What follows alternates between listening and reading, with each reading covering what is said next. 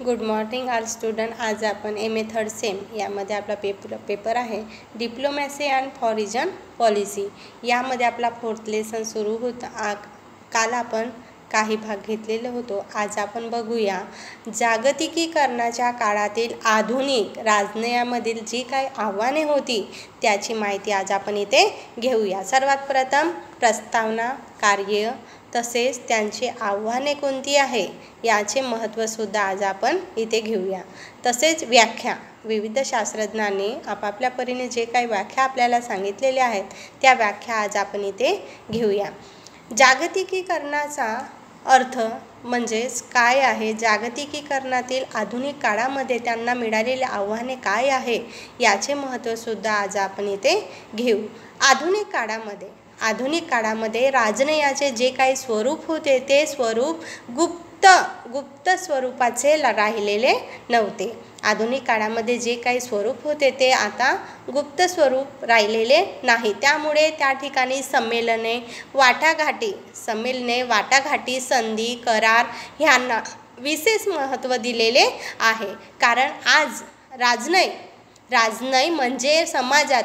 राजनय म्हणजे समाजातील लोकांची मक्तेदारी मानली जात नाही, तर त्या ठिकाणी निर्वाचित प्रतिनिधी असतात. त्या निर्वाचित प्रतिनिधींच्या मार्फत आपल्याला त्या ठिकाणी जनतेचाही त्यावर नियंत्रण ठेवावा लागतो. जनतेचा नियंत्रण असल्यामुळे त्या ठिकाणी राजनयाची जी काही नीती आहे किंवा त्या ठिकाणी राजनयाने जी काही परराष्ट्र धोरण आहेत त्यामध्ये सुद्धा पुढे त्या वर्तमान काळामध्ये अनेक आव्हाने निर्माण केलेली आहेत.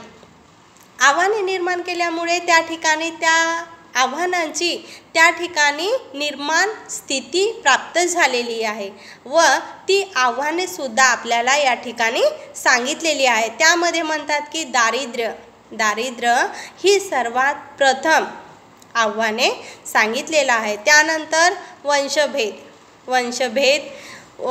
ऊर्जा संकट तसेच नैसर्गिक प्रदूषण आणि विज्ञान आणि तंत्रज्ञान महासत्ता बनवण्याची जी काही आकांक्षा आहे त्या आकांक्षाचे महत्त्वसुद्धा आपल्याला या ठिकाणी सांगितलेले आहेत. आणि सर्वात शेवटचा पॉईंट्स आपल्याला सांगितलेला आहे आतंकवादाचे महत्त्व. आतंकवाद कशामुळे वाढलेला आहे ते आज आपण इथे घेऊ. दारिद्र्य, सर्वात प्रथम पॉईंट्स आहे आपला दारिद्र्य. जगातील बरेचसे देश हे दारिद्र्य व्यवस्थेतच आहेत, कारण त्यांच्याकडे त्या ठिकाणी उत्पादनाच्या साधनांचा जो काही तुटवडा होत आहे तसेच त्या ठिकाणी जी काही आवश्यक वस्तूंची कमतरता आहे ती जीवनास आवश्यक वस्तूंची पुरवठा आहे.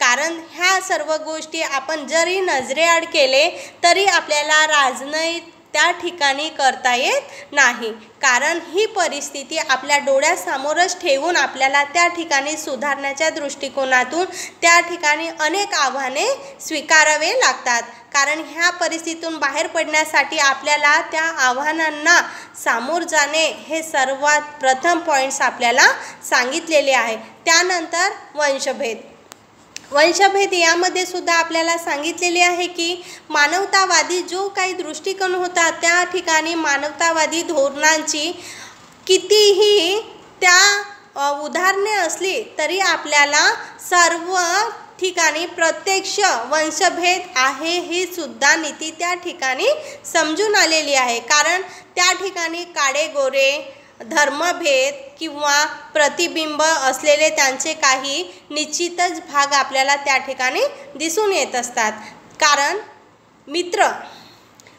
मित्र किंवा त्या ठिकाणी असलेला जो काही भिन्न देश असतो त्या भिन्न देशामुळे आपल्याला त्या ठिकाणी संबंधित काही सुधारणा करायची असली तर आपल्याला त्या ठिकाणी त्या वेळेस बरेच यश प्राप्त करावे लागतात. बरेच यश प्राप्त झाल्यानंतरच त्या ठिकाणची नीती त्या ठिकाणची जी काही आव्हाने आहेत ती सुद्धा आपल्याला स्वीकारावे लागतात.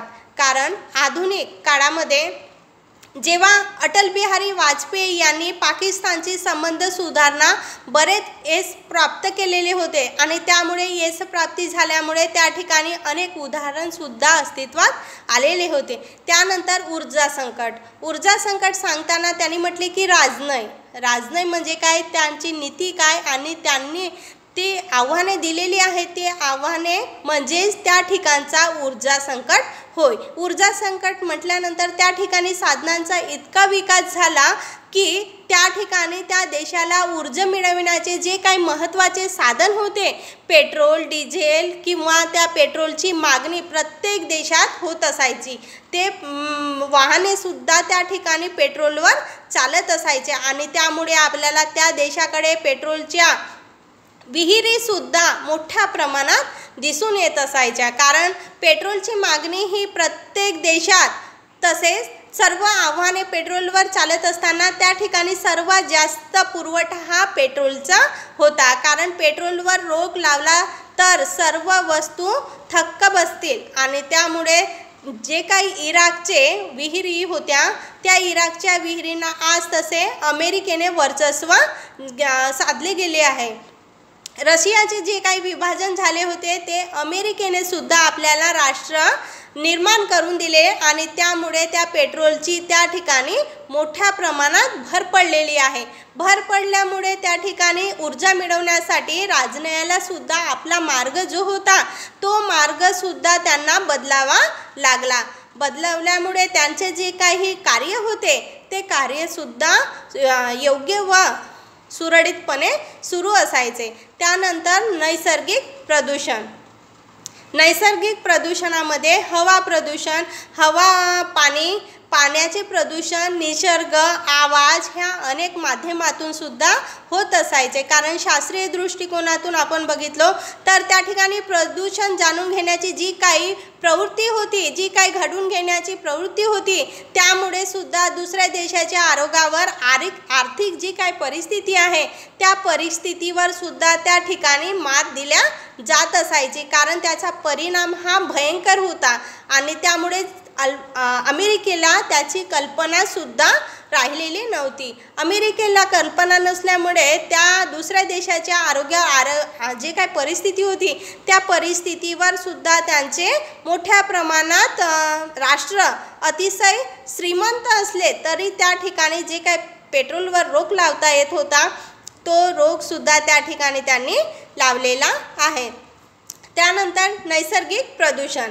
नैसर्गिक प्रदूषण सांगताना त्या ठिकाणी प्रदूषण, हवा, पाणी यामुळे त्यावर अनेक परिणाम झालेले होते, ते सुद्धा आपण इथे घेतलेले आहोत. त्यानंतर आपण विज्ञान आणि तंत्रज्ञान.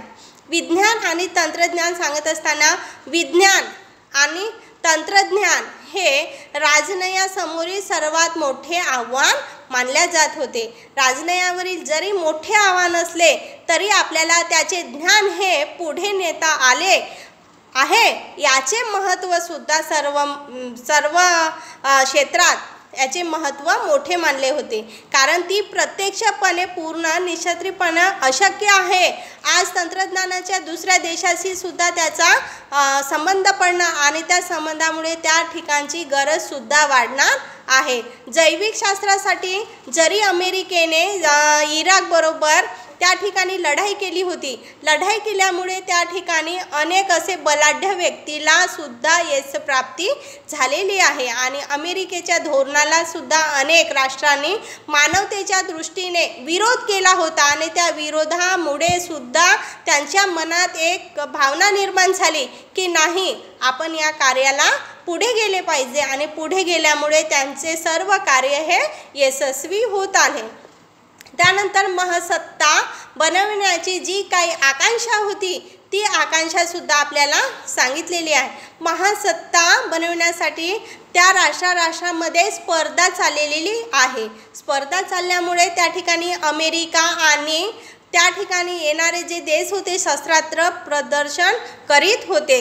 शस्त्रास्त्र प्रदर्शन केल्यामुळे त्या ठिकाणी गटस्थापन उभे राहावे असा विचारसुद्धा अनेक राष्ट्रांनी गटस्थापन करावे व इराकचाही त्या ठिकाणी सर्व शक्तिमान बनावे असा त्यांचा एक इरादा होता आणि त्या इराद्यावरूनच त्यांनी अमेरिकेने तो डाव उलटून पाडला. त्यानंतर आतंकवाद. आतंकवाद हे राजनयासमोरील सर्वात मोठे आव्हान होते. सर्वात मोठे आव्हान असल्यामुळे दहशतवाद्याच्या वेगवेगळ्या त्या ठिकाणी दृष्टिकोन होते आणि त्यांच्या दृष्टिकोनावरून आपल्याला अनेक व्याख्या अनेक शास्त्रज्ञांनी सुद्धा सांगितलेले आहे. B.S. जेनिक्स या शास्त्रज्ञांनी सुद्धा आपल्याला सांगितले की हिंसेची धमकी किंवा व्यक्तिगत दहशतीची कृती करून प्रामुख्याने दहशतवादाची जी काही भीती निर्माण झालेली होती तो भीती मार्ग करण्याच्या दृष्टीने आखलेली योजना म्हणजेच दहशतवाद होय असे सुद्धा त्यांनी सांगितलेले आहे. त्यानंतर B.S. जेमके यांनी सांगितले होते की काही दहशतवाद्यांनी सुद्धा आपल्याला त्या ठिकाणी भीती निर्माण करून त्यांची जी काही दृष्टिकोन होता त्या दृष्टिकोनामधून त्यांची आखलेली योजनासुद्धा त्यांनी पूर्ण केलेली आहे. त्यानंतर आंतरराष्ट्रीय परिषद ज्या राज्याविरुद्ध जो काही अपराध केलेला किंवा विशिष्ट व्यक्ती विशिष्ट समूह किंवा सर्वसाधारण समतेच्या मनात हेतू पुरस्कार दहशत निर्माण करण्याच्या दृष्टीने केलेली योजनाबद्ध कृती म्हणजेच दहशतवाद होय असे सुद्धा त्यांनी सांगितलेले आहे. त्यानंतर आपण घेऊया दहशतवादाचे स्वरूप म्हणजे नेमकं काय तर आपल्याला आपल्या मनातील विशिष्ट साध्य करण्यासाठी त्यात योजनाबद्ध प्रयत्न केले जातात आणि दहशतवाद निर्माण करणारी एक व्यक्ती जरी असली तरी ते समूह संघटनाही असू शकतो. या प्रयत्नात बळाचा किंवा सक्तीचा वापर करून आपल्याला जबरदस्तीने जे ध्येय साध्य करण्याचा प्रयत्न केला जातो त्याचे सुद्धा महत्त्व या ठिकाणी सांगितलेले आहे. हे ध्येय साध्य करण्यासाठी आपल्याला कितीही निरपराध माणसांची हत्या करावी लागली तरी दहशतवाद्याचा विचार त्यांच्या मनात सुद्धा येत असतो, कारण संपत्तीचा जो काही नाश झालेला असतो तो सार्वजनिक वाहतूक व्यवस्था त्या ठिकाणी विस्कळीत झालेला आपल्याला दिसून येतो, कारण दळणवळणाची जी काही साधने निकामी झालेली असतात ह्या सर्व बाबीचा त्या ठिकाणी अवलंब केला जातो. त्यानंतर दहशतवादाने इच्छिक जी कार्य असते ती कार्यसुद्धा आपल्याला त्या ठिकाणी दहशतवाद्यांनी मानवता धर्म राष्ट्र ह्यांची पर्वा न करता स्वार्थासाठी ती पूर्ण केलेली असते. आणि या ठिकाणी आज आपण इथेच थांबूया. नेक्स्ट पिरियडमध्ये पुढील भाग घेऊ. Thank you all student.